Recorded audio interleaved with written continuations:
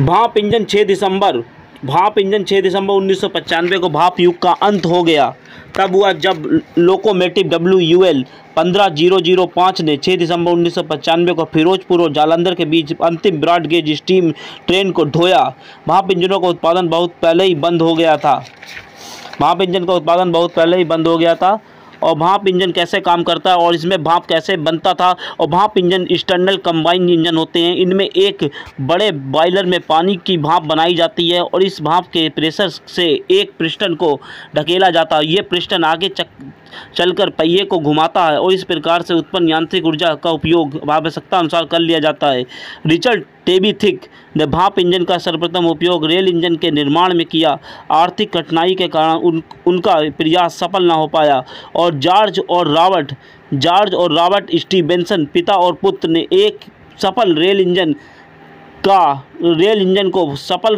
को बनाकर उससे 1829 में लिवरपूल और मैनचेस्टर के बीच पहली रेलगाड़ी चलाने का श्रेय प्राप्त हुआ।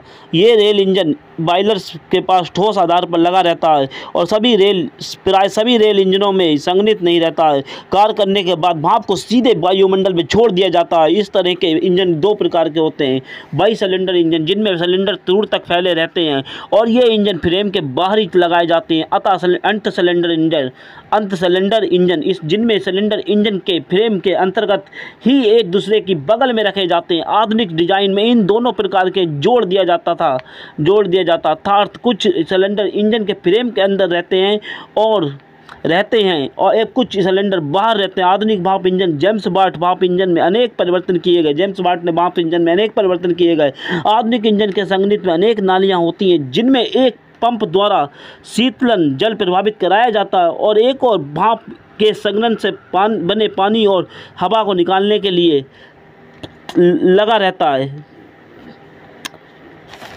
भाप इंजन भारत में 1853 में पहली भाप से ट्रेन चलाई गई थी ब्रॉड गेज पे और ये ट्रेन काफ़ी ज़्यादा लोग देखने आए थे। 21 तोपों की सलामी दी गई थी। बहुत बड़े बड़े व्यक्ति इस दिन शामिल हुए थे। हमारे अंग्रेज़ों ने इस ट्रेन को चलाया था। 1853 में पहली ट्रेन चलाई थी। उसके बाद 1925 में विद्युतीकरण कर दिया गया रेलवे नेटवर्क का और भाप इंजन का काफ़ी ज़्यादा ट्रेनें दौड़ाई गई। काफ़ी ज़्यादा अपने लोगों ने फिल्मों में भी देखा होगा भाप इंजन से ट्रेनें चलते हुए, जिसमें गदर मूवी में काफ़ी ज़्यादा भाप इंजन का प्रयोग हुआ है। सुल्तान मूवी में, बहुत बड़ी बड़ी फिल्मों में भाप इंजन का प्रयोग हुआ। ये हम लोग की सबसे बड़ी यात्रा का साधन हुआ करते थे भाप इंजन।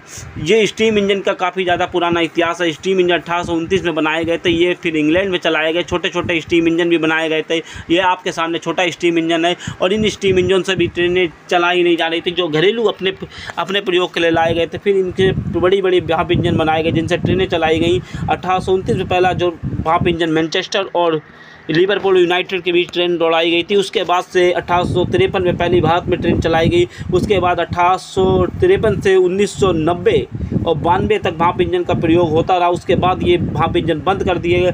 अब आपको अगर भाप इंजन देखना है तो स्टीम लोको सेट रेवाड़ी में आपको भाप इंजन देखने को मिल सकते हैं। ज़्यादातर फिल्मों में जितने भी भाप इंजन दौड़ाए गए हैं वो स्टीम लोको सेट रेवाड़ी में दौड़ाए जाते हैं। वो आप लोगों को ऐसा लगता है कि वो पटरी पे चल रहे हैं। स्टीम लोको सेट में भाप इंजन गदर की शूटिंग में और सुल्तान की शूटिंग में दौड़ाए गए।